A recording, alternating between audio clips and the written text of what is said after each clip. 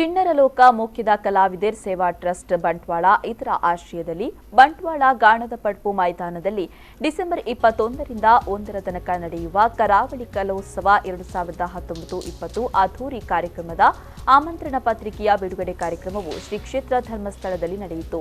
ಕ್ಷೇತ್ರದ ಧರ್ಮಾಧಿಕಾರಿ doctor D ವೀರೇಂದ್ರಹೆಗಡೆ ಅವರು ಬಿಡುಗಡೆಗೊಳಿಸಿ ಕಾರ್ಯಕ್ರಮಕ್ಕೆ ಶುಭ ಕೋರಿದರು. ಬಂಟ್ವಾಳದಲ್ಲಿ ಕರಾವಳಿ ಕಲೋತ್ಸವವನ್ನು ಆಚರಿಸ್ತಾ ಇದ್ದಾರೆ. ಹಿಂದೆ ಕೂಡ ಆಚರಿಸಿದ್ದಾರೆ ಮತ್ತು ಬಹಳಷ್ಟು ಮಕ್ಕಳ ಪ್ರತಿಭೆಗಳು ಇಲ್ಲಿ ಅರಳುತ್ತವೆ.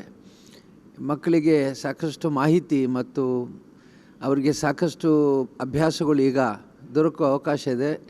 ವಿಶೇಷವಾಗಿ ಟಿ ವಿ ನೋಡ್ತಾರೆ, ಸಿನಿಮಾ ನೋಡ್ತಾರೆ ಮತ್ತು ಶಾಲೆಗಳಲ್ಲಿ ಈಗ ಹಿಂದಿಗಿಂತ ಹೆಚ್ಚು ಪ್ರತಿಭಾ ಕಾರಂಜಿಗಳು ನಡೀತಾ ಇದೆ. ಹಾಗಾಗಿ ಮಕ್ಕಳಿಗೆ ವಿಫಲವಾದ ಅವಕಾಶ ಇದೆ. ಅದಕ್ಕೆ ನಮ್ಮ ಈಗಿನ ಮಕ್ಕಳು ಅದನ್ನು ಚೆನ್ನಾಗಿ ಉಪಯೋಗಿಸ್ಕೊಳ್ತಾ ಇದ್ದಾರೆ ಮತ್ತು ಟಿ ವಿಯಲ್ಲಿ ನಡೆಯುವಂಥ ರಿಯಾಲಿಟಿ ಶೋಗಳಲ್ಲಿ ಕೂಡ ಭಾಗವಹಿಸ್ತಾರೆ. ಹಾಗಾಗಿ ನಮ್ಮ ಹಳ್ಳಿಯ ಮಕ್ಕಳು ಇಂದು ಗ್ರಾಮೀಣ ಮಕ್ಕಳು ನಗರದ ಮಕ್ಕಳಿಗೆ ಯಾವುದೇ ರೀತಿಯಲ್ಲಿ ಕಡಿಮೆ ಇಲ್ಲ ಅನ್ನುವ ರೀತಿಯಲ್ಲಿ ಕಾರ್ಯಕ್ರಮಗಳಲ್ಲಿ ಭಾಗವಹಿಸಿ ಯಶಸ್ಸು ಸಾಗಿಸ್ತಾ ಇದ್ದಾರೆ. ಹಾಗಾಗಿ ಕಲೋತ್ಸವ ಅತ್ಯಂತ ಯಶಸ್ವಿಯಾಗಲಿ.